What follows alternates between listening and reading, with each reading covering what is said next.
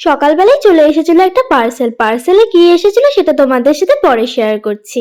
জন্মাষ্টমী উপলক্ষে পাড়ার এক বাড়িতে ছিল আমাদের নিমন্ত্রণ। দুপুরবেলা আমি আর মা চলে গিয়েছিলাম সেখানেই খেতে। খাওয়া দাওয়া শেষ করে আমি চলে এসেছিলাম পড়াতে।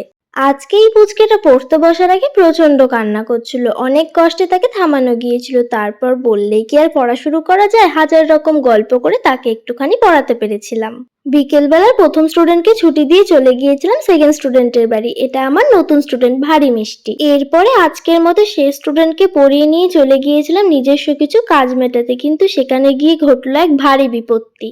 সাইকেলটা রাস্তায় এক ধারেই রাখা ছিল। এক টোটোওয়ালা না দেখে সাইকেলটাকে তো প্রথমে ফেলে দিয়েছিল, তারপর সাইকেলের উপর থেকে টোটোটাকে চালিয়ে চলে গিয়েছিল।